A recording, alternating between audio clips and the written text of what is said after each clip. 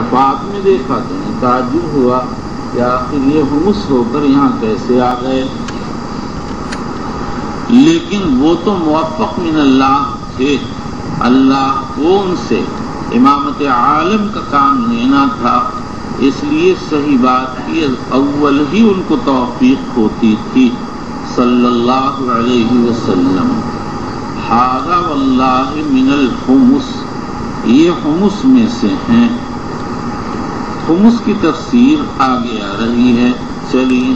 وبه قال حدثنا فروة بن أبي المغراء قال حدثنا علي بن مسهر عن هشام بن عروة قال عروة كان الناس يطوفون في الجاهلية عراة إلا الحمص والحمص قريش وما ولدت وكانت الحمص والحمص قریش وما ولدت، حمص قریش اور قریش کی لڑکیوں سے پیدا ہونے والے خاندان کہلاتے۔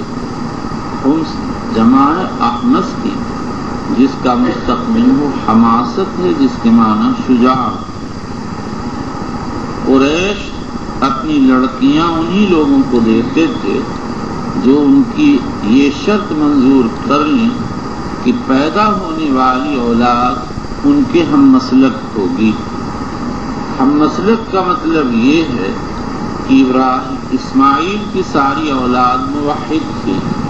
عمرو بن لوحی پہلا شخص ہے جس نے عرب میں بت پرستی ایجاد کی اور کئی بت نصب کر دیے، کسی کے لیے منات تو کسی کے لیے لات تو کسی کے لیے کچھ، تو ان کے الگ الگ مسالک تھے، وہ اپنے بتوں کی الگ الگ پرستش کرتے تھے۔ قریش اپنی لڑکیاں دیتے ہوئے یہ شرط لگاتے کہ اولاد جو ہوگی وہ ہمارے دین پر ہوگی، اس لیے قریش جیسے حمص کہلاتے تھے، ان کی لڑکیوں سے پیدا ہونے والی اولاد بھی حمص کہلاتی تھی۔ اور یہ لوگ عرفات میں وقوف کے لیے نہیں جاتے تھے بلکہ مزدلفہ میں ٹھہرے رہتے اور اپنے کو قطین البیت کہتے تھے۔ چلیے۔ وكانت الحمص يحتسبون على الناس يعطي الرجل الرجل اہل جاہلیت کہتے تھے جن کپڑوں میں ہم نے گناہ کیا اس میں ہم طواف نہیں کریں گے، اس لیے ننگے طواف کرتے تھے۔ یہ حمص لوگوں کو کپڑے دیتے، مرد مردوں کو، عورتیں عورتوں کو۔ اگر کسی کو کپڑا نہ ملتا تو وہ پھر ننگا طواف کرتا، اور عورتیں کہتی تھیں اليوم يبدو كله بعضه وكله وما بدا منه فلا أحله۔ چلیے۔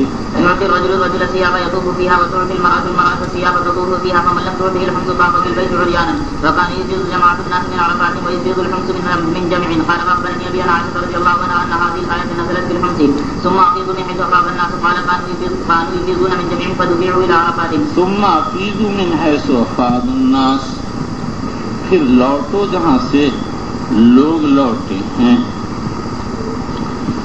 قریش لوٹتے تھے مزدلفہ سے، ان کو لوگوں کے ساتھ افاضہ کرنے کا حکم دے کر عرفات کی طرف ان کو پہنچا دیا گیا، یعنی یہ حکم دے دیا گیا کہ تم بھی عرفات میں وقوف کرو۔ یہاں سوال یہ ہے کہ اس آیت کے ظاہری سیاق سے معلوم ہوتا ہے کہ افاضہ سے افاضہ میں مزدلفہ مراد ہے، پہلے مزدلفہ ہی کا ذکر ہے، تو یہ سما کیسا؟ بعض علماء تو کہتے ہیں یہ واو کے معنی میں،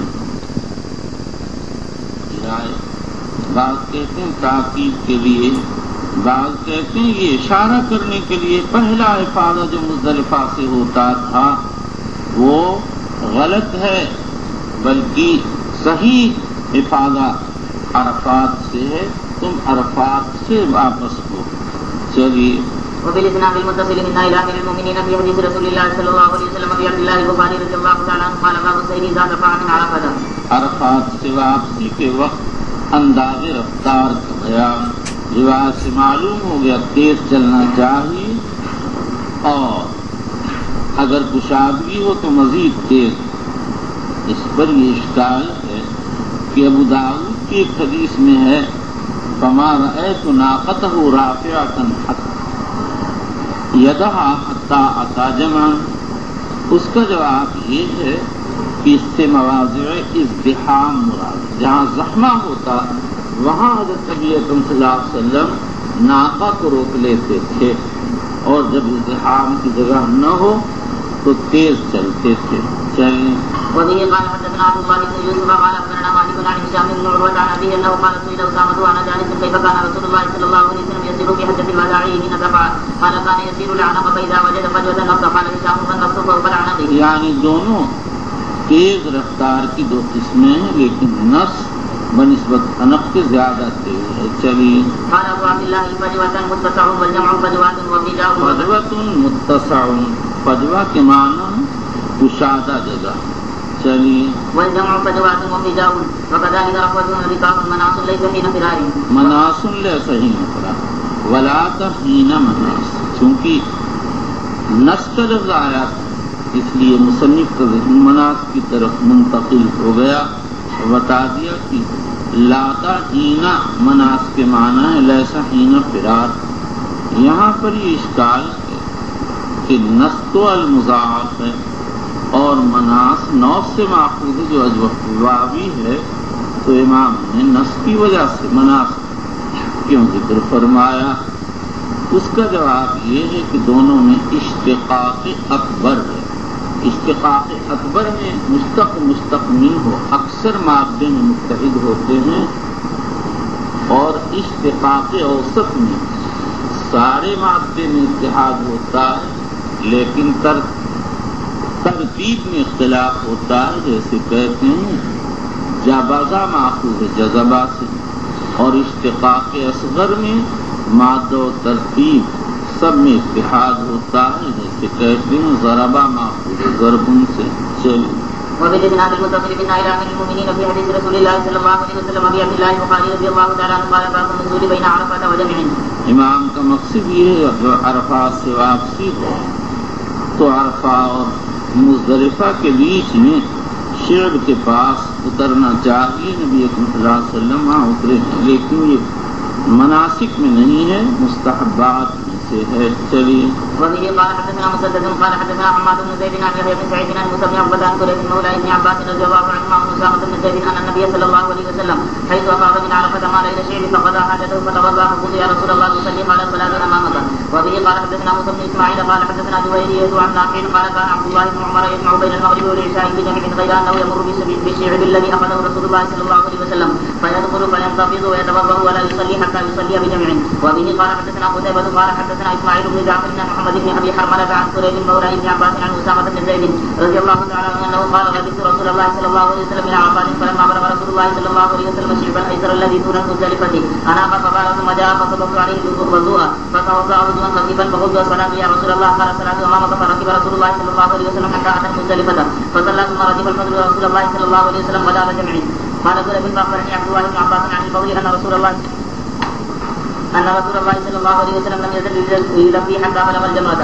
وفي الإسناد المتصل بالنائل عن المؤمنين في حديث رسول الله صلى الله عليه وسلم أبي عبد الله البخاري رضي الله تعالى عنه قال باب أمر النبي صلى الله عليه وسلم بالسكينة عند الإفاضة وإشارته إليه بالصوت.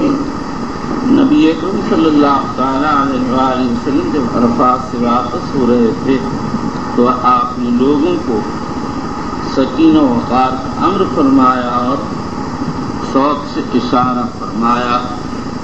حضرت شیخ تو فرماتے ہیں کہ مقصود اشارہ بالصوت کو بتانا ہے، اور یہ کہ اس میں کوئی حرج نہیں، مقصود تنبیہ، کسی کی احانت و تحقیر نہیں۔ ہمارا خیال یہ ہے کہ بخاری دونوں باتوں پر تنبیہ کر رہے ہیں اور یہ بتا رہے ہیں کہ نبی صلی اللہ علیہ وسلم نے عرفات سے لوٹتے ہوئے لوگوں کو سکینہ کا امر فرمایا، تو امام المسلمین کو بھی اس کا اتباع کرنا چاہیے، اور آپ نے صوت سے اشارہ کیا۔ اگر اس طرح ضرورت کے وقت اشارہ کیا جائے تو اس میں کوئی حرج کی بات نہیں۔ چلیے وبه قال حدثنا سعيد بن ابي مريم قال حدثنا ابراهيم بن سويد قال حدثني عمرو بن ابي عمرو مولى المطلب قال اخبرني سعيد بن جبير مولى غالبة الكوفي قال حدثني ابن عباس رضي الله عنهما انه دفع مع النبي صلى الله عليه وسلم يوم عرفه فسمع النبي صلى الله عليه وسلم وراءه زجرا شديدا او ضربا في الابل فاشار بصوته اليه وقال ايها الناس عليكم بالسكينه فان البر ليس بالايذاء اوزعوا اسرعوا خلالكم من التخلل بينكم وفجرنا خلالكم. سمع النبي صلی اللہ علیہ وسلم وراءه زجرا، آپ نے اپنے پیچھے ڈانٹنے کی آواز سنی، وضرباً اور اونٹوں کو مارنے کی، فاشار بصوته اليهم وقال ايها الناس عليكم السكينة، صوت سے اشارہ کیا، فرمایا لوگو سکون کو لازم پکڑو، فإن البر ليس بالإيذاء، جانور کو دوڑانا نیکی کا کام نہیں ہے، ایذاء اسراف، حدیث میں لفظ ایذاء آیا، امام بخاری نے اس کی شرح کر دی، کیونکہ قرآن میں اوزعوا خلالکم یبغونکم الفتنہ وارد ہوا، کہتے ہیں اوزعوا کے معنی ہے اسرعوا، اور خلالکم کے معنی ہے بینکم، اور یہ تخلل سے ماخوذ ہے، یعنی خلت سے ماخوذ نہیں، وفجرنا خلالہما نہرا، چونکہ خلال کا لفظ آیا اس لیے اس کی مناسبت سے سورہ کہف کی آیت ذکر کر دی جس میں فجرنا خلالہما آیا تھا، اور اس کے معنی ہے بینہما، پہلی آیت برات کی۔ چلیے وبالإسناد المتصل من أمير المؤمنين في حديث رسول الله صلى الله عليه وسلم أبي عبد الله البخاري رضي الله تعالى عنه قال باب الجمع بين الصلاتين بالمزدلفة. باب الجمع بین الصلاتین بالمزدلفہ، مزدلفہ میں جمع بین الصلاتین کرنا چاہیے۔ جمعہ مزدلفہ میں جمع بین الصلاتین میں اتفاق ہے، ہر شخص جمع کرے گا، خواہ امام کے ساتھ نماز پڑھے یا تنہا پڑھے۔ پھر اس کے بعد اس میں اختلاف ہے کہ یہ جمع نسکی ہے یا جمع سفری ہے۔ امام ابو حنیفہ، امام مالک، امام احمد بن حنبل فرماتے ہیں یہ جمع نسکی ہے، اور ہر حاجی جمع کرے گا، یہی بات شافعیہ کا مذہب ہے، لیکن ان کا صحیح مذہب یہ جمع سفری ہے، اسی شخص کو گنجائش ہے جو مسافر ہو، جو مسافر نہیں ہے اس کے لیے گنجائش نہیں ہے۔ پھر اس کے بعد شافعیہ میں اختلاف ہے کہ کون سا سفر شرط ہے۔ مشہور یہ ہے کہ سفر قصر شرط ہے، اور بعض کہتے ہیں لغوی سفر کافی ہے۔ امام نووی نے اس قول کو ضعیف قرار دیا۔ امام بخاری بظاہر اس جمع کو جمع نسکی مانتے ہیں، انہوں نے انصاف کے بیان میں اس کا تذکرہ فرمایا ہے۔ اب اگر کسی آدمی نے عرفات میں نماز پڑھ لی یا راستے میں نماز پڑھ لی تو کیا حکم ہے؟ امام ابو یوسف، امام شافعی، امام احمد کہتے ہیں کوئی حرج نہیں، ترک افضل لازم آیا۔ امام ابو حنیفہ، امام محمد، امام ظفر، ابراہیم نخعی کہتے ہیں مزدلفہ میں پہنچ کر اعادہ کرنا ہوگا طلوع فجر سے پہلے پہلے۔ طلوع فجر کی قید اس لیے لگاتے ہیں کہ یہ جمع ایک خاص وقت سے تعلق رکھتا ہے، اور وہ ہے لیلۃ عرفہ۔ اب اگر فجر طلوع ہو گئی تو جمع فی لیلۃ مزدلفہ، اب اگر فجر طلوع ہو گئی تو جمع فی لیلۃ المزدلفہ، جو ایک فضیلت کی حاصل کرنا بعید ہو گیا، ناممکن ہو گیا، اس لیے ساقط ہو جائے گا۔ امام مالک فرماتے ہیں اگر کسی شخص کو یا اس کی سواری کو عذر ہو تو وہ اس شرط کے ساتھ غیر مزدلفہ میں پڑھ سکتا ہے کہ نماز عشاء غروب شفق کے بعد پڑھی جائے۔ چلیے وبه قال حدثنا عبد الله بن يوسف قال اخبرنا مالك عن موسى بن عقبة عن كريب عن اسامة بن زيد انه سمعه يقول دفع رسول الله صلى الله عليه وسلم من عرفة فنزل شعب قال ثم توضا ولم يسبغ الوضوء فقلت له صلاة قال صلاة امامك فجاء المزدلفة فتوضا فاسبغ ثم اقيمت الصلاة فصلى المغرب قال ثم توضا. ابن عبد البر کہتے ہیں یہاں وضو سے استنجا مراد ہے. اس پر معنی لغوی کے لحاظ سے وضو کا اطلاق کر دیا گیا کیونکہ وضاحت سے ماخوذ ہے. یہی ابن دینار کی رائے. اور بعض کہتے ہیں مراد یہ سارے اعضاء وضو میں کو نہیں دھویا، بعض کو دھویا. ابن عبد البر کہتے ہیں یہ ضعیف ہے اور قول اول بھی بھائی غریب ہے، اس لیے کہ حدیث میں فتوضا وضوا خفیفا، لہذا یہاں وضو سے وضو شرعی مراد ہوگا. حضور صلی اللہ علیہ وسلم نے اس وقت وضو کیا ماء زمزم سے کیا تھا، جیسا کہ مسند احمد ماء زمزم سے وضو کا مسئلہ پہلے آ چکا. جمہور علماء مطلقاً جائز ہے اور بعض علماء یہ فرماتے ہیں کہ کراہت ہے. یہی حنابلہ کا قول ہے. امام ابن تیمیہ غسل کو مکروہ اور وضو کو جائز کہتے ہیں. چلیے. ولم يسبغ الوضوء فقلت له الصلاة قال صلاة امامك فجاء المزدلفة فتوضا فاسبغ ثم اقيمت الصلاة فصلى المغرب ثم نام كل انسان بعيره في منزله ثم اقيمت الصلاة فصلى ولم يصلي بينهما. الاسناد المتصل الى امير المؤمنين صلى الله عليه وسلم ابن عبد الله محمد بن اسماعيل البخاري رضي الله عنه وارضاه ما زال وحصرنا في جملته عن العلم قال باب من جمع بينهم ولم يتطوع، یعنی مزدلفہ میں جب جمع بین الصلاتین کیا جائے تو اس میں نفل نہ پڑھی جائے. اس پر سب کا اتفاق ہے. اور اگر کسی آدمی نے نفل پڑھ لی تو اس صورت میں شافعی و حنابلہ کہتے ہیں جمع تقدیم عرفات کے جمع میں اگر پڑھا جمع باطل. یہی قول میں کا جمع تاخیر میں بھی ہے، لیکن یہ قول مردود. راجح یہ ہے کہ جمع تاخیر کی صورت میں بین المجموعتین نفل پڑھنے سے جمع باطل ہوگا. مالکیہ کہتے ہیں کہ نفل پڑھنا مکروہ ہے اور یہ جمع سے معنی نہیں. حنفیہ کہتے ہیں جمع میں نفل مکروہ ہے اور صاحب ہدایہ کہتے ہیں کہ نفل یستل بالجمع ہے.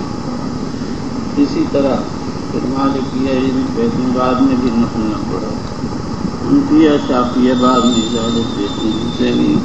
بسم الله الرحمن الرحيم. وبالاسناد المتصل منا الى امير المؤمنين في حديث رسول الله صلى الله عليه وسلم ابي عبد الله البخاري رضي الله تعالى عنه قال حدثنا ادم قال حدثنا ابن ابي ذئب عن الزهري عن سالم بن عبد الله عن ابن عمر رضي الله عنهما قال جمع النبي صلى الله عليه وسلم بين المغرب والعشاء بجمع كل واحد منهما باقامه ولم يسبح بينهما ولا على اثر كل واحد منهما. وبه قال حدثنا ولا على اثر كل واحد منهما. یہ دلیل اس بات کے بعد میں نفل نہیں پڑھی جائے گی. چلیے. وبه قال حدثنا خالد بن مخلد قال حدثنا سليمان بن بلال قال حدثنا يحيى بن سعيد قال حدثنا عبد بن ثابت قال حدثني عبد الله بن يزيد الختمي قال حدثني ابو ايوب الانصاري ان رسول الله صلى الله عليه وسلم جمع في حجة الوداع المغرب والعشاء بالمزدلفة. وبالاسناد المتصل منا الى امير المؤمنين في حديث رسول الله صلى الله عليه وسلم ابي عبد الله البخاري رضي الله تعالى عنه قال باب من اذن واقام لكل واحدة منهما. مزدلفہ میں جب جمع کیا جائے تو اذان و اقامت کا کیا حکم ہے؟ ہوگی یا نہیں ہوگی؟ ہوگی تو اذان و اقامت دونوں ہوں گے یا صرف اقامت ہوگی؟ اور ایک نماز ایک اقامت ہوگی یا دو ہوں گی؟ اس میں اختلاف ہے. المختصر یہ ہے کہ محب طبری نے بعض علماء سے نقل کیا نہ اذان ہے نہ اقامت، لیکن یہ قول سنت کے خلاف ہے. جمع بین المجموعتین کے لیے اذان و اقامت دونوں کا ثبوت ہے. البتہ بعض روایات میں صرف اقامت کا ذکر ہے اور بعض میں اذان و اقامت دونوں کا تذکرہ ہے. سفیان ثوری کہتے ہیں صرف ایک اقامت ہے. یہی ابن عمر کی روایت میں مسلم شریف میں. امام شافعی قول جدید میں اور امام احمد اظہر القولین میں دو اقامتوں کو قائل ہیں، جیسا جیسا کہ ابھی اسامہ کی حدیث میں آ چکا ہے۔ امام ابو حنیفہ بھی اسے فرماتے ہیں ایک اذان اور ایک اقامت ہوگی، اور حضرت جابر کی اس حدیث میں جو مسند ابن ابی شیبہ میں وارد ہوئی اسی طرح، لیکن اس کا متن غریب ہے۔ جابر کی روایت میں معروف یہ ہے کہ ایک اذان اور دو اقامتیں ہوئی تھیں، مسلم شریف میں اسی طرح سے وارد ہے، اور یہی بہت سے علماء کا مسلک ہے۔ امام شافعی کا قول قدیم، احمد کی ایک روایت، امام ابو حنیفہ کی ایک روایت، ظفر کا مذہب یہی ہے، اور اسی کو امام طحاوی اور ابن ماجشون مالکی نے اختیار کیا۔ امام مالک فرماتے ہیں دونوں کے لیے الگ الگ اذان اور الگ الگ اقامت ہوگی۔ ابن مسعود رضی اللہ تعالیٰ عنہ سے بخاری میں اس باب میں اسی طرح آ رہا ہے، اور اسی کو امام بخاری رضی اللہ تعالیٰ عنہ نے اختیار کیا۔ یہاں پہنچ کر احمد بن خالد وہبی نے امام مالک سے تعجب کا اظہار کیا کہ انہوں نے اذان و اقامت کے باب میں کوفیین کی روایت موقوفہ کو لے لیا اور مدنیین کی روایت مرفوعہ کو چھوڑ دیا۔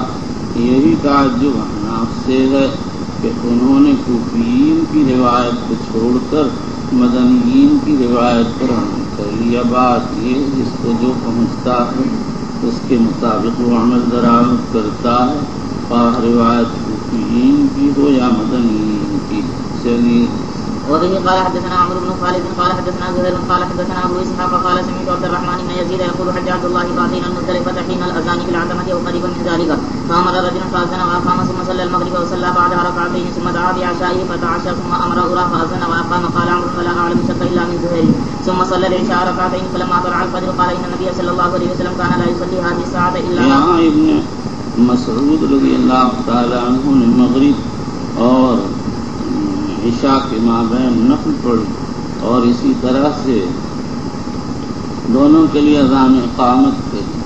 ان کا یہ عمل مخالف ہے ابن عمر کی اس روایت کی جو باب گزشتہ میں آ چکی، اس میں ہے ولا علی اثر لم یسبح بینہما ولا علی اثر کل واحدۃ منہما۔ امام بخاری رضی اللہ عنہ نے اذان کے مسئلے میں تو ابن مسعود کی روایت کو لیا کہ موقوفہ کو لیا، اس لیے کہ زیادتی پر مشتمل تھی، لیکن نفل کے مسئلے میں امام بخاری رحمۃ اللہ علیہ نے ابن عمر کی روایت مرفوعہ کو لیا، اس لیے کہ وہ ابن مسعود کا اثر مثبت ہے اور ابن عمر رضی اللہ عنہ کی روایت نافی ہے، اور قاعدہ ہے کہ مثبت و نافی میں جب تعارض ہو تو مثبت کو ترجیح ہوتی ہے، لیکن بعض محققین علماء بعض وقت روایت نافیہ کو ترجیح دیا کرتے ہیں، جیسے امام بیہقی رحمۃ اللہ علیہ نے صلاۃ علی معیز کے مسئلے میں نفی کی روایات کو ان کی کثرت کی وجہ سے ترجیح دی، اور جو اس بات کی روایت محمود ابن غیلان سے منقول ہے بخاری میں، اس کو مرجوح قرار دیا، وہ کما فعل، وہ امام بخاری نے روایت اس بات کو وہاں پر ترجیح دی، اور یہاں امام بخاری رضی اللہ تعالیٰ عنہ نے روایت نافیہ کو ترجیح دی، باوجود کہ نقل اس بات کا تقابل تھا، اس لیے کہ تقابل مرفوع و موقوف میں تھا، اور روایت مرفوعہ مستند الی النبی صلی اللہ علیہ وسلم ہے، اور روایت موقوفہ غیر مستند الی النبی صلی اللہ علیہ وسلم ہے۔ جو مستند الی النبی صلی اللہ علیہ وسلم ہوگی اس کو ترجیح ہوگی غیر مستند الی النبی صلی اللہ تعالی علیہ وسلم پر۔ اور جابر کی روایت میں صلاۃ علی ماعز کے مسئلے میں جو روایات کا اختلاف ہے وہ ایک ہی روایت میں روایت کا اختلاف ہے، ایک راوی مثبت ہے دوسرے نافی ہیں۔ بخاری نے تو قاعدہ معروف المثبت مقدم علی النافی پر عمل کیا کیونکہ دونوں طرف رفع ہیں، لیکن یہاں انہوں نے رفع وقت کا تقابل دیکھ کر رفع کو ترجیح دی. وهذا من دقة نظر البخاری رحمه الله تعالى ففهم ولم يذكره الشراح. ولله الحمد على ما ألهم ثم لله الحمد على ما فتح والحمد. یہ نقل کر کے دے دیں. چلیے. فلما طلع الفجر قال ان النبي صلى الله عليه وسلم كان لا يصلي هذه الساعه الا هذه الصلاه في هذا المكان من هذا اليوم. قال عبد الله هما صلاتان تحولان عن وقتها صلاه المغرب بعد ما ياتي الناس تحولان عن وقتها. یہ دونوں نمازیں اپنے وقت سے ہٹا دی جاتی ہیں. صلاۃ المغرب بعد ما ياتي الناس، یعنی صلاۃ مغرب پڑھی جاتی مزدلفہ آ جانے کے بعد، اپنے وقت پر نہیں پڑھتی. والفجر حين يغزو الفجر، اور فجر کی نماز مزدلفہ میں عین طلوع صبح صادق کے ساتھ پڑھی جاتی ہے، بخلاف باقی ایام کے کہ اس میں جمہور علماء کے یہاں وہ غلط ہی میں پڑھی جاتی ہے، لیکن قدر تاخیر سے پڑھی جاتی ہے. اور احناف کو کسی توجیہ کی ضرورت ہے ہی نہیں. وہ لوگ تو فجر میں اسفار کی ترجیح کے قائل رہا. اسفار ترجیح میں جب تقابل ہوا تو جمہور نے تغلیظ ہی کو ترجیح دی، اس لیے کہ تغلیظ کے باب میں ایک دو نہیں کئی روایات صحیحہ سفرن و حضرن وارد ہوئی ہیں. چلیے. قال رأيت النبي صلى الله عليه وسلم يفعله. وبالإسناد المتصل من إلى أمير المؤمنين في حديث رسول الله صلى الله عليه وسلم أبي عبد الله البخاري رضي الله تعالى عنه قال باب من قدم ضعف أهله بليل فيقفون بالمزدلفة ويدعون ويقدم إذا غاب القمر. امام بخاری رضی اللہ تعالی عنہ نے اس ترجمۃ الباب سے بیان کیا کہ کمزور لوگوں کو مزدلفہ سے رات ہی میں عرفات بھیج دینا جائز ہے. رات میں کب بھیجا جائے؟ روایت میں امام بخاری کہتے ہیں یقدم اذا غاب القمر، جب چاند غروب ہو جائے اس وقت ان کو روانہ کیا جائے. اور اس رات میں چاند غروب ہوتا ہے ثلث لیل اخیر کے ابتدا میں، اور یہی جمہور علماء کا مسلک ہے. لیکن شافعیہ اور حنابلہ اس دن رمی بعد نصف اللیل کی اجازت دیتے ہیں، تو ان کے مسلک پر یہ کہنا پڑے گا کہ سویرے ہی بھیج دینے کی گنجائش ہے. اب یہیں سے ایک اور مسئلہ نکل آتا ہے، اور وہ مسئلہ یہ ہے کہ مزدلفہ کی مبیت کا حکم کیا ہے، مزدلفہ میں رات گزارنے کا حکم کیا ہے. حنفیہ تو کہتے ہیں سنت مؤکدہ ہے، عذر کی وجہ سے چھوڑنے کی گنجائش ورنہ کراہت ہے. ائمہ ثلاثہ کہتے ہیں واجب ہے، بلا عذر چھوڑنا جائز نہیں، دمائے گا. اور عذر کی وجہ سے چھوڑ سکتے ہیں، اور عذر سے مراد یہ کسی کے ذمہ سقایت ہو، یا کسی کے ذمہ رعایت ہو، یا کسی کو کوئی عذر پیش آ جائے، مثلا کوئی بیمار ہو گیا اس کی تیمارداری کرنا ہے، یا اور کوئی بات ہو. ابن بنت الشافعی ابن خزیمہ کہتے ہیں کہ یہ رکن ہے. حافظ ابن حجر اسقلانی نے یہ قول علقمہ نخعی شعبی سے نقل کیا ہے، اور ان لوگوں کی رائے یہ ہے اگر کسی شخص کی مبیت مزدلفہ فوت ہو جائے گی تو ان کا حج ہی فوت ہو جائے گا.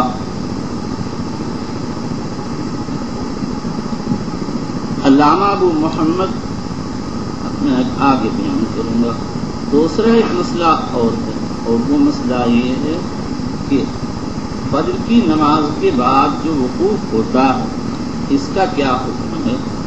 اس میں حنفیہ تو کہتے ہیں یہ وقوف واجب ہے، اور ائمہ ثلاثہ فرماتے ہیں سنت ہے. ابن ماجشون اور ابن عربی اس کو فرض قرار دیتے ہیں. علامہ ابو محمد ابن حزم ظاہری کہتے ہیں ایمان کے ساتھ مزدلفہ میں پڑھی کی نماز پڑھنا ضروری، اگر کسی کی نماز چھوٹ گئی تو اس کا حج ہی فوت ہو گیا. اور انہوں نے ایک دلیل تو آیت کریمہ اذکروا اللہ عند المشعر الحرام پیش کی، اور دوسری دلیل حضرت عروہ ابن مدرس ابن لام تائی کی حدیث پیش کی. وہ حضور اکرم صلی اللہ تعالی علیہ وسلم کی خدمت میں حاضر ہوئے اور عرض کیا اقللت مطیتی واتعبت نفسی وما ترکت من حبل من الحبال الا ووقفت علیہ فهل لي من حج؟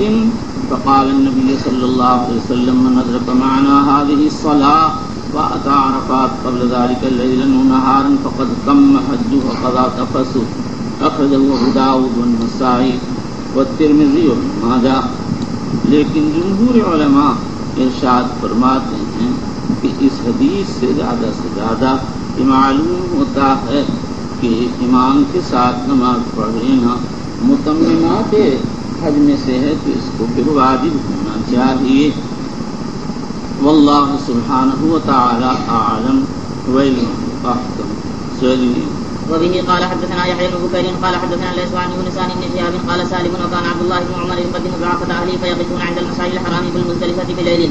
ضعافة الأهل سے مراد علامہ ابن حزم کہتے ہیں نسوان الصبیان مراد عینی کہتے ہیں مشائخ عاجزین اسم دار. چلیے. فيذكرون الله ما بدا لهم ثم يرجعون قبل ان يقف الامام وقبل ان يدفع فمنهم من يقدم منى لصلاه الفجر ومنهم من يقدم بعد ذلك فاذا قدموا رموا الجمره وكان ابن عمر يقول ارفق في اولئك رسول الله صلى الله عليه وسلم. فاذا قدموا رموا الجمره جب آئیں اس وقت رمی کریں. رمی یوم النحر کی طلوع شمس کے بعد بالاتفاق جائز ہے اور طلوع فجر کے بعد جمہور علماء کے یہاں جائز. امام شافعی اور احمد کی روایت فرماتے ہیں کہ لیلۃ النحر کے نصف کے بعد رمی جائز ہے. ابن منذر کہتے ہیں سنت تو یہ ہے کہ طلوع شمس سے پہلے رمی نہیں کی جائز صلی اللہ علیہ وسلم نے کیا ہے اور طلوع فجر سے پہلے رمی جائز نہیں اس لیے کہ خلاف سنت. لیکن اگر کسی نے کر لی تو رمی ہو گئی اس لیے کہ کوئی بھی اعادہ کا قائل نہیں. چلیے. وبه قال حدثنا سليمان بن حرب قال حدثنا حماد بن زيد عن ايوب عن كلمة عن ابن عباس رضي الله عنهما قال بعثني النبي صلى الله عليه وسلم من جميع بليل. وبه قال حدثنا علي قال کو حضور نے بھیج دیا مزدلفہ سے رات میں یعنی منی کو. چلیے. وبه قال حدثنا علي قال حدثنا سفيان قال اخبرني عبيد الله بن ابي يزيد انه سمع ابن عباس رضي الله عنهما يقول انا ممن قدم النبي صلى الله عليه وسلم ليله المزدلفه في ضعفه اهله. وبه قال حدثنا مسدد عن يحيى عن ابن جريج قال حدثنا عبد الله مولى اسماء عن اسماء انها نزلت ليله جميع عند المزدلفه فقام تصلي فصلى ساعه ثم قالت يا بني هل غاب القمر؟ قلت لا فصلى ساعه ثم قالت يا بني هل غاب القمر؟ قلت نعم. قال فارتحلوا فارتحلنا فمضينا حتى رمت الجمره ثم رجعت فصلت الصبح في بچوں بعد میں کہتا ہوں شراح نے بھی تو نہیں کیا یاد کے اعتبار سے کہہ دیتا ہوں سب چیز میری تازی دیکھی ہوئی مدتیں ہو گئی ہیں. مذاہب اور توجیحات کو روزانہ دیکھتا ہوں. چلیے.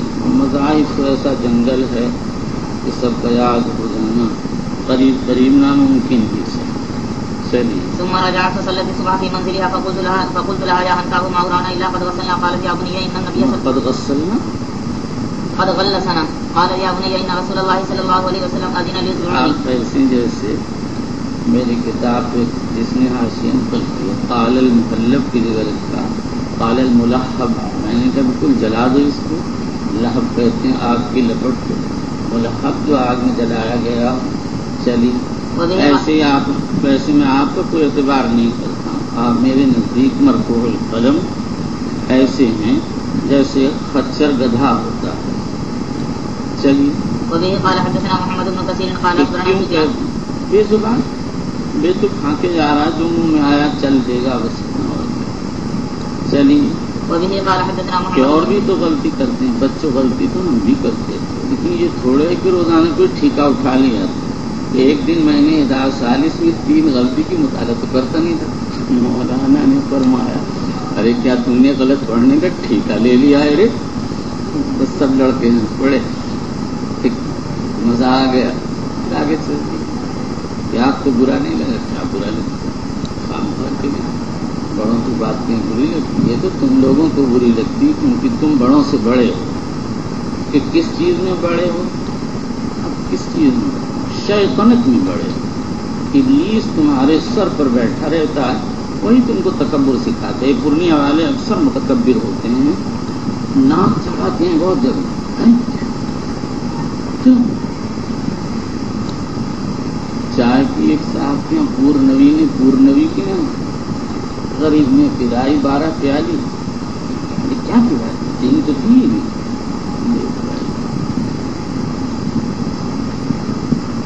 پورب میں ہمارے یہاں ایک مدرسہ ہے، میں کبھی وہاں جاتا تو ہمارے خاص ملنے والے تھے، ان سے کہتا ہوں مولوی صاحب چائے پلاؤ، تو پلاتے تھے. لیکن جب بھی میں چائے پینے بیٹھتا لوگ جن کی طرح آ جاتے 10-12 پیالی سب کو. تو پھر میں نے 2-1 سالوں کے بعد حذف کر دیا، مصیبت آ جائے گی ان کے اوپر. بس اپنے جہاں بیٹھتا ہوں وہیں بیٹھ کے دکان سے منگوا. تو کیا فائدہ؟ دیہاتی لوگ پی کے کاؤ پیا لی، پی بھی لی اور کاؤ پیا کچھ نہیں. اور جس کا پیا صاحب اس کا جو ہے دیوالیاں نکل گیا. میں نے بھی ایک مرتبہ بڑی سخاوت کی. ایک جماعت آئی چائے منگوائی، دوسری آئی چائے منگوائی، تیسری آئی 45 روپے کی چائے آ گئی اور پورا 3 گھنٹہ برباد ہو گیا. اسی وقت سے میں ناراض ہونے لگا. میں نے کوئی صاحب مجھ سے کتاب کے وقت میں نہ ملے. اور اب تو بس صاحب کہہ دیتا ہوں بھائی یہ آسان، مجھ کو نظر آیا اثر بعد میں نہ کوئی ناگواری ہو نہ کچھ بلا ہو جائے. کل کتاب دیکھ رہا ایک مضمون سوچ رہا، بالکل ایک صاحب جماعت کے تھے پہنچے، میں تو پوچھا دور سے سلام علیکم کیا. کون سا ادھر متوجہ ہو سر جماعت سے بن گیا. میں ان کو خوب ڈانٹا. میں کہ یہ آپ نے کیا کیا؟ آپ اتنا نہیں دیکھ رہے تھے کہ میں بالکل جھکا ہوا تھا کتاب میں. یہ جو آپ نے سلام کیا میری سب میں پہ پانی پھر گیا، مجھ کو دوبارہ دیکھنا ہوگا. آدمی دماغ میں ایک بات یہ ہوتا ہے اس کو اس طرح کرنا، اس کو اس طرح دیکھنا سب. حضرت رحمۃ اللہ علیہ اکثر کہتے کہ میرے کچھ اوسان درست ہوئے. میں سوچا کرتا تو کیا اوسان درست ہو گئے؟ وہ اوسان یہی ہے کہ علم کے اندر گھسے ہوتے تھے، مطالعے اور ترتیب میں ہوتے تھے. اب اگر کوئی وجہ پیش آتی معقول اس کے لیے سر اٹھانا پڑتا تو پہلے اپنے حضرت اپنی ترتیب کو مرتب کرتے پھر اس سے باہر نکل کے بات کرتے. یہ تھے اوسان درست کرنا. کہ آپ نے کیوں کیا؟ انہوں نے بم داغ دیا، میں کیا جو ہے کر لیتا.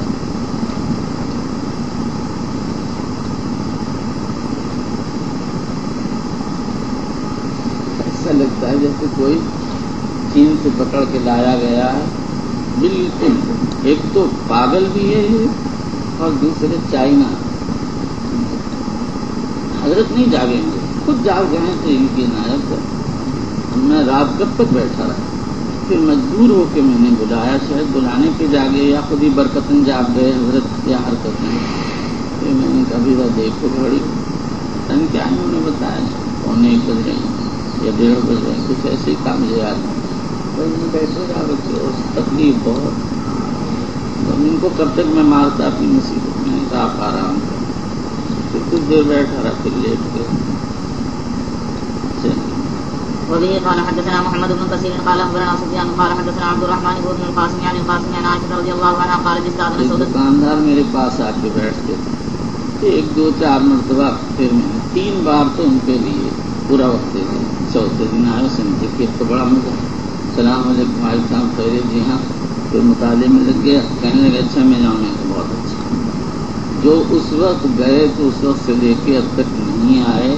اور غالب گمان یہ ہے کہ یہ 30 سال کا قصہ. بس ایک دن یہاں دار جدید ملنے آئے تھے، کچھ معذرت واجرت کر رہے تھے. میں نے کہا حافظ صاحب مجھے کوئی ناگواری پکی نہیں رہتی کہ وہ دل میں بیٹھ ہی رہے. ہو گئی چھوڑ دی. لیکن یہ خود سوچیے اگر آپ کی دکان پہ کوئی پہنچ جائے تو آپ کیا کریں؟ آپ باتیں کریں گے سودا دیں گے. میرا بھی ایک سودا ہے بھائی.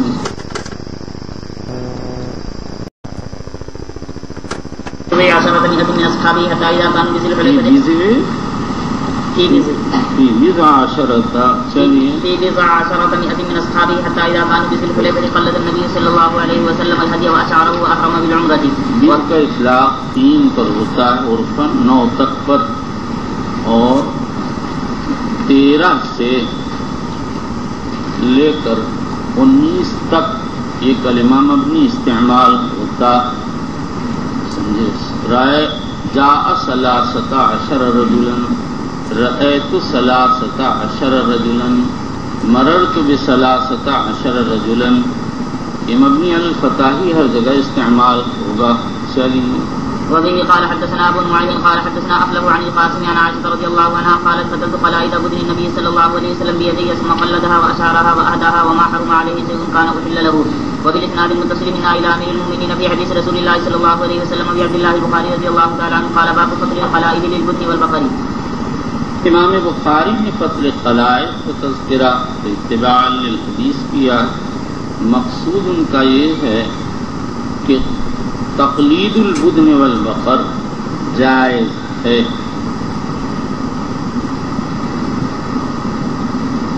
پھر کن جانوروں کی تقلید ہوگی؟ ابن حزم کہتے ہیں صرف ابل کی، امام ابو حنیفہ کہتے ہیں صرف ابل اور بقر کی، اور امام ابو حنیفہ مالک کہتے ہیں ابل اور بقر کی. امام شافعی امام احمد داؤد ظاہری فرماتے ہیں ابل بقر غنم سب کی ہوگی. اس روایت میں اس ترجمے میں امام بخاری نے بدن و بقر کا تذکرہ کیا، غنم کا تذکرہ نہیں کیا ہے.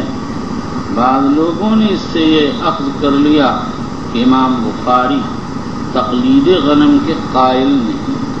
حافظ ابن حجر نے اس کی تردید کی، فرماتے ہیں کسی ایک جگہ ذکر نہ کرنے سے نفی لازم نہیں آتی. تقلید غنم کا تذکرہ آئندہ مستقل باب میں آ رہا ہے. اس کے بعد یہ سمجھیے کہ اس روایت میں اس ترجمے میں مصنف نے بقر کو غنم بدن پر عطف کیا. اس سے یہ معلوم ہوتا کہ امام بخاری رضی اللہ عنہ کے نزدیک بدن کا اطلاق ابل پر ہوتا ہے. ابھی میں بتا چکا کہ اس میں اختلاف ہے. قیل الابل وقیل الابل والبقر وقیل یوم الانواع الثلاثہ. علامہ شوکانی نے قول اول امام ابو حنیفہ سے نقل کیا. بخاری کے اس عطف سے بھی یہی سمجھ میں آتا، اور قول ثانی انہوں نے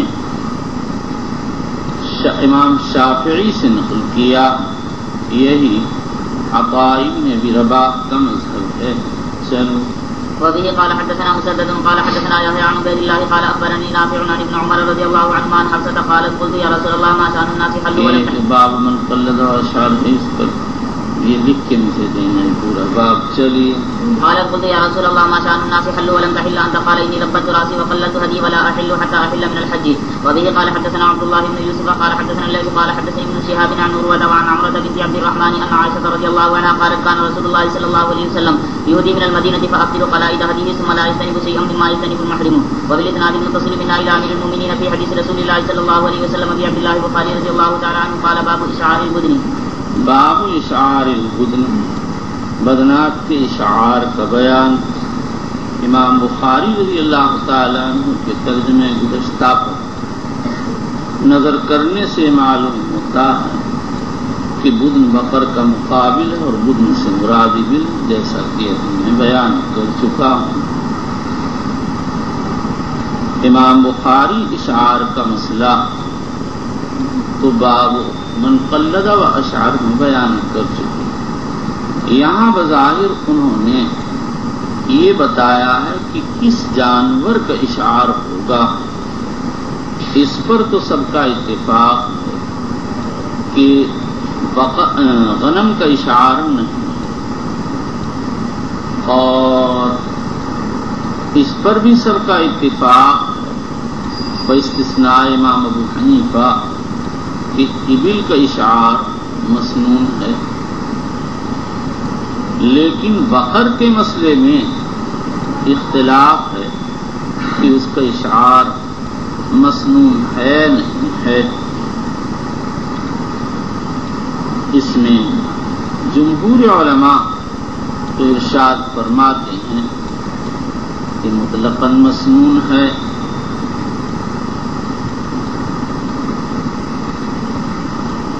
یہی شافعیہ حنابلہ کا مذہب اور مالکیہ کا ایک قول ہے۔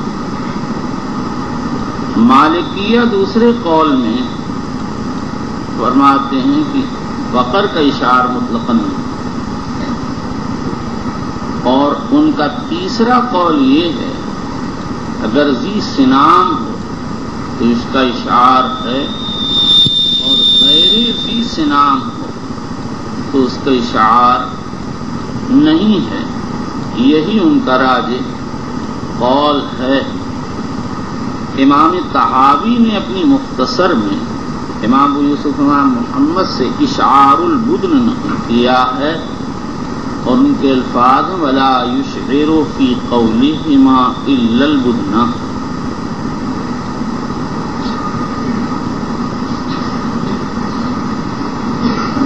ظاہر سے معلوم ہوتا کہ امام طحاوی نے بدن سے ابل کو مراد لیا ہے، واللہ سبحانہ وتعالی اعلم۔ وبه قال وقال عروة عن المسور قلد النبي صلى الله عليه وسلم الهدي وأشعره وأهرم بالعمرة.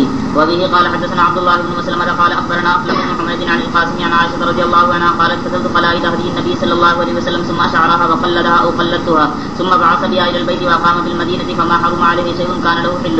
وبالإسناد المتصل منا إلى أمير المؤمنين في حديث رسول الله صلى الله عليه وسلم أبي عبد الله البخاري رضي الله تعالى عنه قال باب من قلد القلائد بيده. امام بخاری کا مقصد یہ ہے اگر کوئی اپنے ہاتھ سے قلادت بٹ کر پہنائے تو سنت میں اس کی اصل موجود ہے، اس پر سبھی کا اتفاق ہے کہ یہی افضل تقلید قلائد اپنے ہاتھ سے چاہیے۔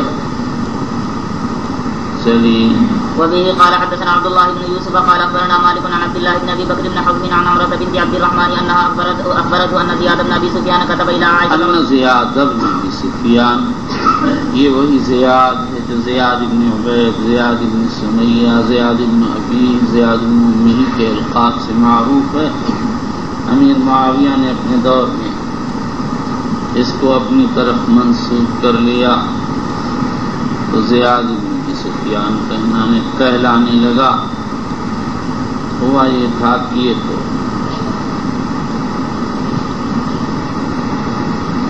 زمانے جاہلیت میں اس کی ماں سے ابو سفیان نے زنا کر لیا تھا، اس کے نطفے سے پیدا ہوا تھا، مسئلہ معروف ہو گیا تھا۔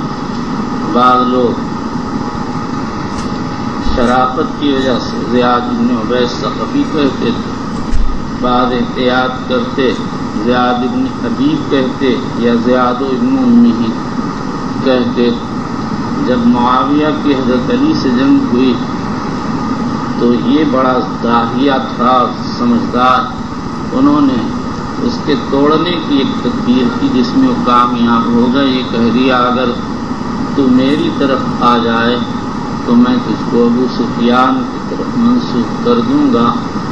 وہ قبیلہ ثقیف بہت اعلیٰ درجے کا شمار ہوتا تھا، لیکن قریش اس سے بھی اعلیٰ تھا، سب سے اعلیٰ تھا۔ یہ اس لالچ میں آ گیا اور اس کے بعد اس کو زیاد بن ابی سفیان کہا جانے لگا، اور اس وقت کے بعد صحابہ نے اس پر نکیر کی۔ مسلم میں ان ابن زیاد واقع ہو گیا، یہ غلط ہے۔ چلیے۔ كتب إلى عائشة رضي الله عنها أن عبد الله بن عباس رضي الله عنهما قال من أهدى هديا حرم عليه ما يحرم على الحاج حتى ينحر هديه. وقالت عمرة فقالت عائشة رضي الله عنها أهدى هديا يحرم عليه ما الحاج۔ ابن عباس کا مسلک یہ تھا اگر کوئی تقلید ہدی کر لے گا تو وہ محرم ہو جائے گا۔ اس وقت کے علماء نے اس وقت کے صحابہ سے مسئلہ پوچھا، حضرت عائشہ سے بھی پوچھا گیا۔ حضرت عائشہ رضی اللہ عنہا نے حضور صلی اللہ علیہ وسلم کے عمل سے اس کی تردید کی کہ حضور پاک صلی اللہ علیہ وسلم نے ہدی بھیجی اور آپ پر کوئی چیز حلال حرام نہیں ہوئی۔ چلیے۔ قالت عمرو فقالت عائشة رضي الله عنها ليس كما قال ابن عباس رضي الله عنهما أنا قتلت قلائد هدي رسول الله صلى الله عليه وسلم بيدي ثم قلدها رسول الله صلى الله عليه وسلم بيديه ثم بعث بها مع أبيه فلم يحرم على رسول الله صلى الله عليه وسلم شيء أحله الله له حتى نمر الهدي. وبالإسناد المتصل منا إلى أمير المؤمنين في حديث رسول الله صلى الله عليه وسلم بعبد الله البخاري رضي الله تعالى عنه قال باب تقليد الغنم. تقلید الغنم غنم کو قلادہ پہنانے کا بیان. غنم کو قلادہ پہنانا امام شافعی، امام محمد اسحاق داؤد اور محدثین کرام اور جمہور کے یہاں سنت ہے. امام ابو حنیفہ، امام مالک اس کا انکار کرتے ہیں. امام بخاری نے اس ترجمۃ الباب سے منکرین پر رد کیا ہے اور دلیل میں حضرت عائشہ رضی اللہ عنہا کی حدیث كنت أفتل قلائد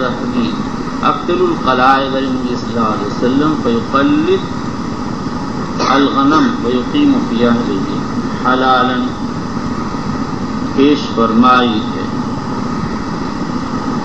جو لوگ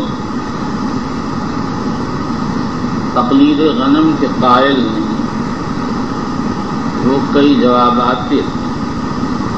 پہلا جواب تو سرخسی وغیرہ نے دیا کہ یہ حدیث غریب ہے، اسود اس کے نقل کرنے میں منفرد ہے، لیکن یہ جواب محدثین کے اصول پر صحیح نہیں، محض غرابت سے ذوق لازم نہیں آتا. بخاری شریف کی پہلی حدیث انما الاعمال بالنیات باتفاق امت صحیح ہے اور پھر غریب السند ہے. یحییٰ منفرد ہیں محمد ابن ابراہیم تیمی سے اور تیمی منفرد ہیں القمہ ابن وقاص لیثی سے اور القمہ منفرد ہیں عمر سے اور عمر منفرد ہیں رسول اللہ صلی اللہ علیہ وسلم سے. معلوم ہوا کہ تفرد مضر ہے. نمبر 2، بعض لوگوں نے یہ جواب دیا کہ قلائد غنم کا مطلب یہ ہے، تقلید غنم کا مطلب یہ ہے کہ غنم کے اون کی بٹی ہوئی رسی کا قلادہ پہنایا. لیکن یہ توجیہ بھی صحیح نہیں، اس لیے کہ روایت احدا مرتن غنمن کی تصریح وارد ہوئی ہے، اس کے بعد کوئی توجیہ چلنے والی نہیں.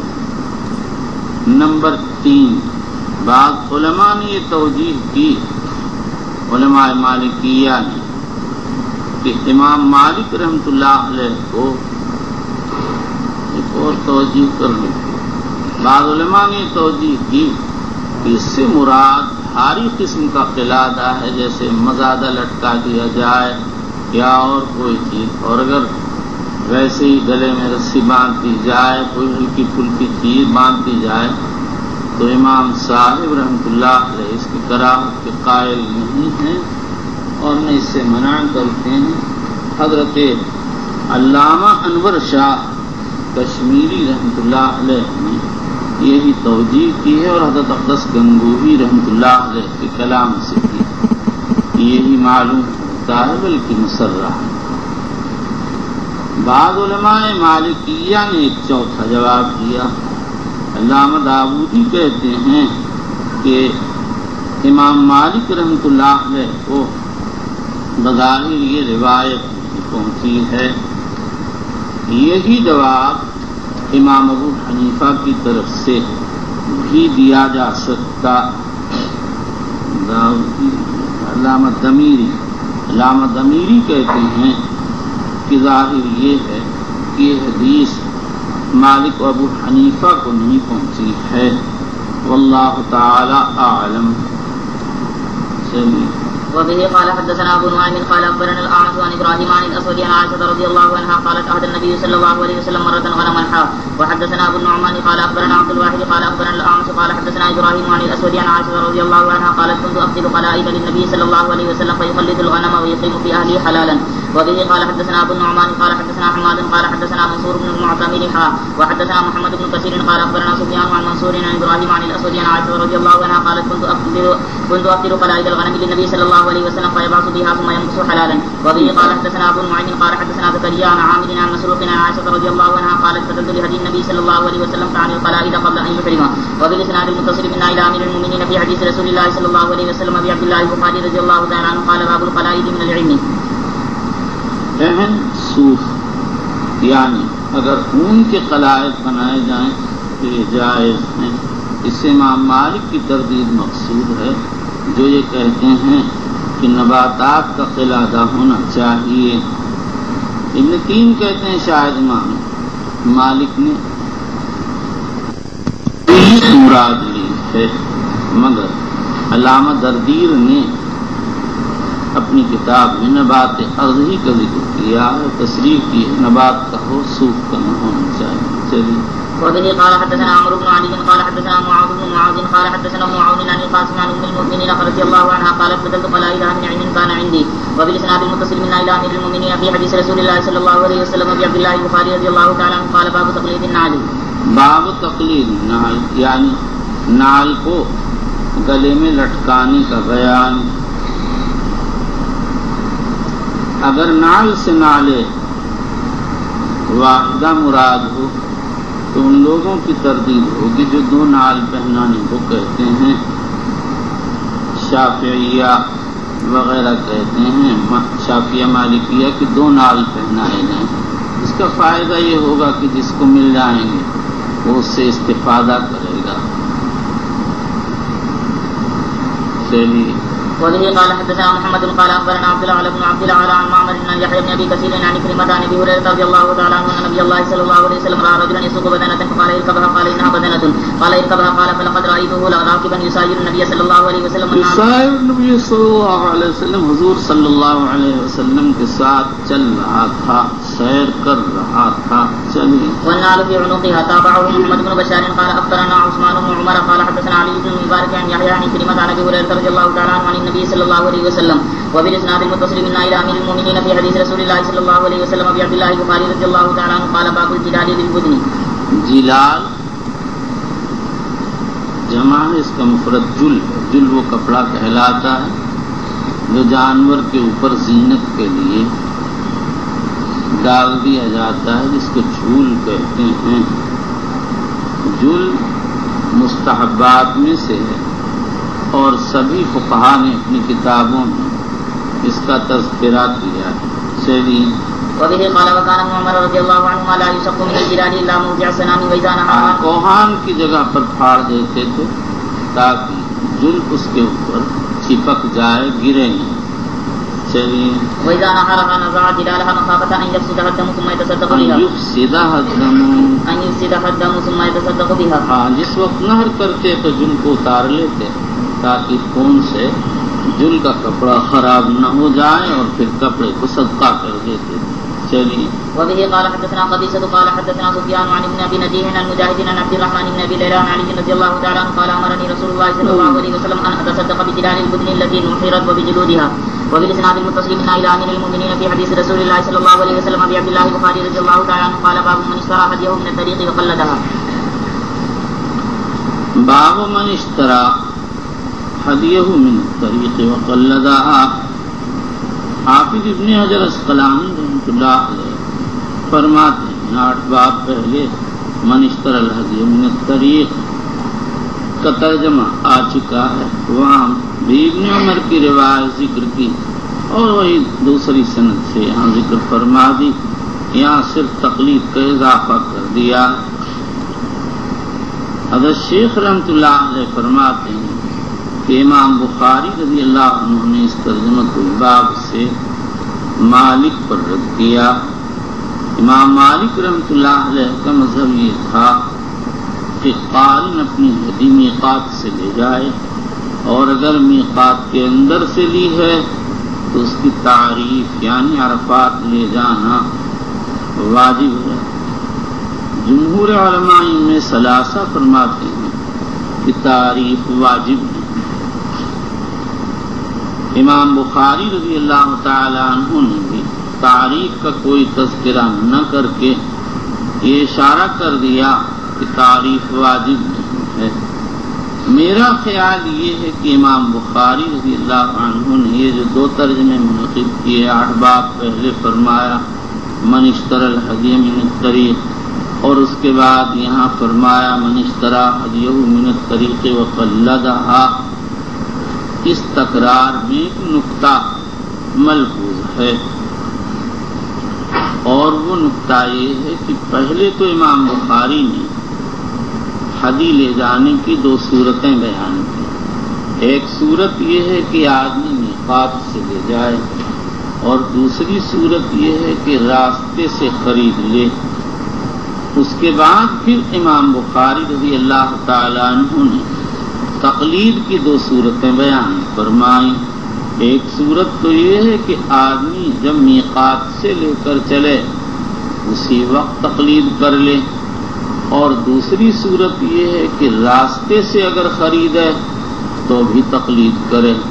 تو امام بخاری نے یہ بتا دیا کہ تقلید ہر حال میں مستحب ہے، خواہ آدمی حدی میقات سے لے کر چلے یا راستے سے خریدے۔ واللہ سبحانہ اعلم۔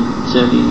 وبه قال حدثنا ابراهيم بن المنذر قال حدثنا ابو زمرة قال حدثنا موسى بن عقبة عن نافع قال اراد ابن عمر الحج عام حجة الحرورية في عهد ابن الزبير فقيل له ان عام حجة الحرورية، حج حروریہ کے سال، حروریہ سے خوارج مراد ہیں، اور خوارج نے سن 64 ہجری میں حج کیا، لیکن یہاں پر خوارج کا حج مراد نہیں ہے، بلکہ عبد الحجاج بن یوسف ثقفی اور اس کے رفقا کا حج مراد ہے۔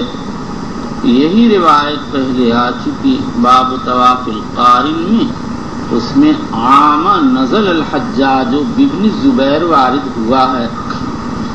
تو امام بخاری تو مطلب یہ ہے کہ جس سال ابن حجاج نے ابن زبیر پر حملہ کرنے کے لیے مکہ کا قصد کیا تھا، اس پر حروری کا اطلاق اس لیے کر دیا گیا کہ اس وقت امام برحق بقول امام مالک وغیرہ کے ابن زبیر ہی تھے، اور ان کے مخالفین باغی تھے۔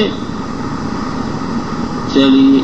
في عهد ابن الزبير فقيل له ان الناس كائن بينهم قتال ونخاف ان يصدوك فقال لقد كان لكم في رسول الله اسوة حسنة اذا اصنع كما صنع رسول الله صلى الله عليه وسلم۔ لوگوں کے مابین جنگ کا اندیشہ ہے اور ہمیں ڈر ہے ایسا نہ ہو کہ آپ کو بیت اللہ جانے سے کوئی مانع پیش آ جائے۔ حضرت ابن عمر رضی اللہ عنہ نے فرمایا اذن اصنع کما اصنع صنع رسول اللہ صلی اللہ علیہ وسلم، اگر یہ بات پیش آئی تو میں وہی کروں گا جو نبی کریم صلی اللہ علیہ وسلم نے کیا تھا۔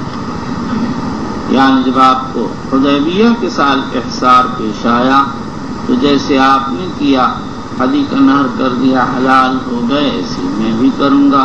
چلیے۔ أشهدكم أني قد أوجبت عمرة حتى كان بظاهر البيداء قال ما شأن الحج والعمرة إلا واحد أشهدكم أني قد جمعت حجة مع عمرة وأهدى هديا مقلدا اشتراه حين قدم فطاف بالبيت وبالصفا والمروة ولم يزد على ذلك ولم يحلل من شيء حرم منه حتى يوم النحر فحلق ونحر وراء أن قد فزع طوافه للحج والعمرة بطواف الأول ثم قال كذلك صنع النبي صلى الله عليه وسلم وبالإسناد المتصل منا إلى أمير المؤمنين في حديث رسول الله صلى الله عليه وسلم أبي عبد الله البخاري رضي الله تعالى عنه قال باب ذبح الرجل البقر عن نسائه من غير أمرهن۔ مرد کے گایوں کو اپنی بیویوں کی طرف سے بغیر ان کی اجازت کے ذبح کرنے کا بیان۔ مصنف رضی اللہ تعالیٰ عنہ نے حدیث کے اتباع میں پوری صورت ذکر کر دی، اور ہو سکتا ہے کہ اس میں خاص نقطہ ملحوظ ہو جو آئندہ آ رہا ہے، ورنہ اصلاً یہاں امام بخاری رحمۃ اللہ علیہ نے ایک خاص مسئلہ ذکر فرمایا، اور وہ مسئلہ یہ ہے کہ آیا کسی کی قربانی بغیر اس کی اجازت کے ہو سکتی ہے یا نہیں ہو سکتی ہے۔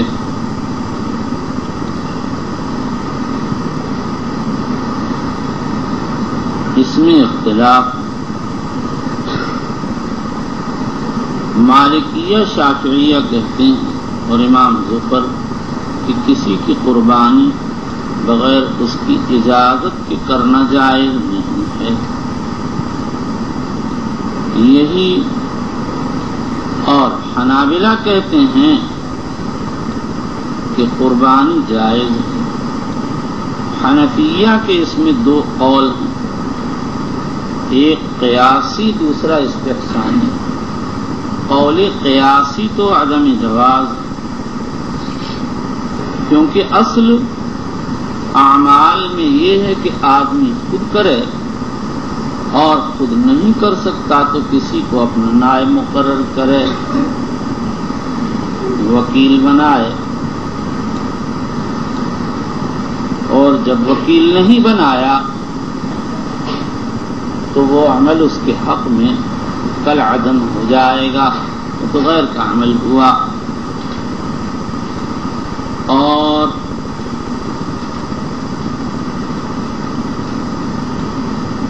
قول استحسانی میں بلا انابت کے جائز.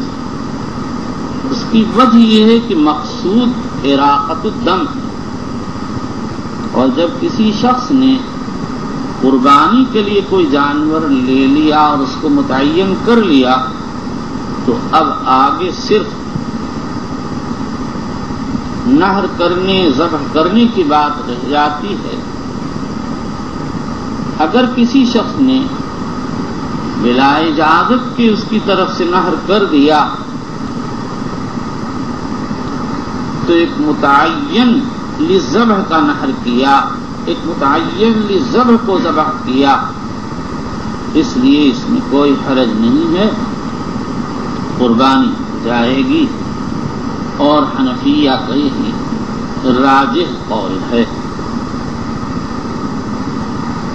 امام بخاری رضی اللہ تعالی عنہ کے ظاہر ترجمہ پر بلا تأمل اگر نظر ڈالی جائے تو ایسا لگتا ہے کہ امام صاحب بھی قربانی کرنے کے اندر صاحب قربانی کے امر کو ضروری نہیں مانتے. اسی لیے کہتے ہیں ذبح الرجل البقرہ عن نسائہ من غیر امرہن. آدمی اپنی عورتوں کی طرف سے بلا اجازت گائے کو ذبح کر سکتا، لیکن اگر ذرا غور سے دیکھا جائے تو یہ سمجھ میں آتا ہے کہ امام بخاری رضی اللہ تعالی عنہ کوئی عام فیصلہ نہیں کر رہے، خاص فیصلہ کر رہے ہیں. اور یہ کر رہے ہیں مرد اگر اپنی بیوی کی طرف سے بغیر اجازت قربانی کرے تو کوئی ہے نہیں، کہ میاں بیوی میں ایسا ربط ہوتا ہے کہ وہ صریح اجازت نہ صحیح، لیکن خاوند کو بیوی کی طرف سے ایک کلی اور عمومی اجازت ہوا کرتی ہے. لہذا اگر اس میں صریح نہ صحیح تو کوئی بات نہیں. زوجیت کا تعلق ایک ایسا تعلق ہے جس کی بنیاد پر خاوند اپنی بیویوں کی طرف سے بلا اجازت قربانی کر سکتا. یہی وہ نقطہ ہے جس کی طرف میں نے ابھی اشارہ کیا تھا کہ امام بخاری اصلاً تو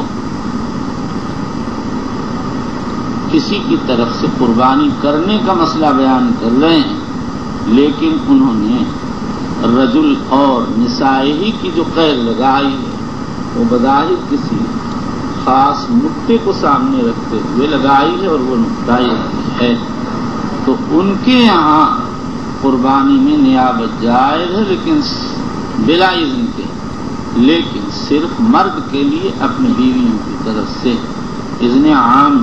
اب غور کرو، بخاری کی ذہانت کو دیکھو، حدیث میں تصریح ہے، سے صاف معلوم ہے کہ جب گائے کا گوشت پہنچا تو ازواج مطہرات نے پوچھا کہ یہ کیسا گوشت ہے.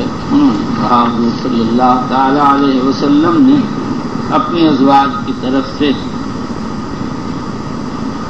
نہر فرمایا.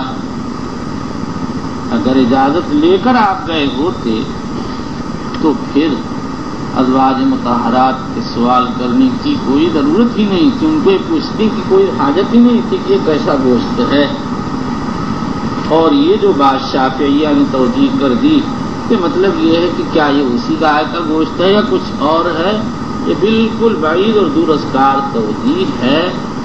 جب حضور اجازت لے کر کے گئے تو ظاہر یہی ہے کہ اسی گائے کا گوشت آپ بھجوا رہے ہیں۔ اب بخاری نے اپنی ذہانت کا ثبوت دیا اور فرماتے ہیں مگر یہ مسئلہ خاص ہے، حضور نے اپنی ازواج کی طرف سے بلائن قربانی کی ہے، لہذا مرد اگر اپنی بیویوں کی طرف سے بلائن قربانی کرے تو کوئی حرج نہیں۔ میاں بیوی میں ایسا خاص رابطہ ہوتا ہے کہ جہاں اذن صریح کی اجازت کی ضرورت نہیں ہوتی ہے۔ واللہ سبحانہ اعلم۔ چلیے وبه قال حدثنا عبد الله بن يوسف قال اخبرنا مالك عن يحيى بن سعيد عن عمرة بنت عبد الرحمن قال سمعت عائشة رضي الله عنها تقول خرجنا مع رسول الله صلى الله عليه وسلم ب5 بقين من ذي القعدة لا نرى الا الحج فلما دنونا مما قد امر رسول الله صلى الله عليه وسلم من لم يكن معه حج اذا طاف وسعى بين الصفا والمروة ان يحل قال فدخل علينا يوم النحر بلحم بقر فقلت ما هذا قال نحر رسول الله صلى الله عليه وسلم عن ازواجه قال يحيى فذكرت للقاسم فقال اتت بالحديث على وجهه۔ اتت بالحديث على وجهه کا مطلب یہ ہے کہ حدیث پوری بیان کر دی۔ چلیے وبالاسناد المتصل من الى امير المؤمنين في حديث رسول الله صلى الله عليه وسلم ابي عبد الله البخاري رضي الله تعالى عنه قال باب النحر في منحر النبي صلى الله عليه وسلم بمنى۔ النحر في منحر النبي صلى الله عليه وسلم بمنى۔ امام بخاری رضی اللہ تعالی عنہ نے اس ترجمۃ الباب سے یہ بتایا ہے سارا منی منحر ہے۔ ایک حدیث میں ہے نہر تو ہا ہونا ومنا کلھا منحر، اس لیے کہ ایک بالکل بدیہی بات ہے کہ نبی کریم صلی اللہ علیہ وسلم نے جہاں نہر فرمایا سارے صحابہ نے وہیں نہیں نہر فرمایا، بلکہ منا میں سارے صحابہ نے نہر کیا۔ اس سے معلوم ہو گیا کہ منا سارا کا سارا منحر ہے۔ وبه قال حدثنا اسحاق بن ابراهيم انه سمع خالد بن الحارث قال حدثنا عبيد الله بن عمر عن نافع ان عبد الله كان ينحر في المنحر قال عبيد الله منحر رسول الله صلى الله عليه وسلم۔ عبد الله بن عمر حضور کے منحر میں نحر کرتے تھے اتباعا جذبے اور شوق میں، ورنہ باقی صحابہ نے منی میں اپنی اپنی جگہ پر نحر کیا۔ اب تو سب پکا کر دیا، اس لیے نحر کے لیے ایک جگہ متعین کر دی گئی، ورنہ جس زمانے میں سادی چیز تھی نہر ہوتا تو زمین خون کھا جاتی تھی اور 2-4 دن کے اندر سب سوکھ کے برابر ہو جاتا تھا، اور اب ایسی مشکل ہے کہ پانی گرتا ہے پتہ نہیں کیا کیا بہتا، کیونکہ سب پکا ہو گیا ہے۔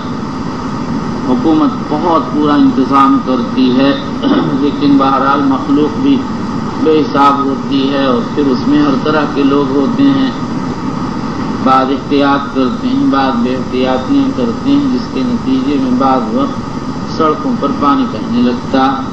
چلیے ایسے وقت میں جب انسان کو اللہ یہ دن دکھائے شرف نصیب فرمائے تو آدمی کو یہ چاہیے کہ احتیاط کرے، لاؤبالی پن نہ کرے، جیسے اپنے گھر کرتا ہے اس سے دوسروں کو تکلیف ہوتی ہے۔ بعض وقت راستہ چلتے آدمی کا پاؤں پھسل جاتا ہے، گر جاتا ہے۔ چلیے وبه قال حدثنا ابراهيم بن المنذر قال حدثنا انس بن عياض قال حدثنا موسى بن عقبة عن نافع ان ابن عمر رضي الله عنهما كان يبعث بهديه من جميع من اخر الليل حتى يدخل به منحر رسول الله صلى الله عليه وسلم مع منحر رسول الله صلى الله عليه وسلم۔ بندے خدا چل بس کیا رسول الله صلى الله عليه وسلم مع حجاج فيهم الحر والمملوك۔ وبالاسناد المتصل منا الى امير المؤمنين في حديث رسول الله صلى الله عليه وسلم ابي عبد الله البخاري رضي الله تعالى عنه قال باب من نحر بيده۔ امام بخاری علیہ الرحمہ فرماتے ہیں اگر کوئی اپنی قربانی اپنے ہاتھ سے کرے تو سنت میں اس کی اصل موجود ہے اور اس بات پر اتفاق ہے۔ افضل یہ ہے کہ آدمی اپنی قربانی خود کرے، اور اگر دوسرے سے اعانت لینا چاہے تو یہ بھی بالاجماع جائز ہے، لیکن افضل یہ ہے کہ آدمی وہاں خود موجود رہے۔ اور یہ جو بات سلف سے منقول ہے کہ کوئی کسی کی طرف سے قربانی نہ کرے، علامہ ابن عبد البر کہتے ہیں اس کا محمل دوسرے کی قربانی بلا اذن کرنا، بلا اجازت کوئی کسی کی قربانی نہیں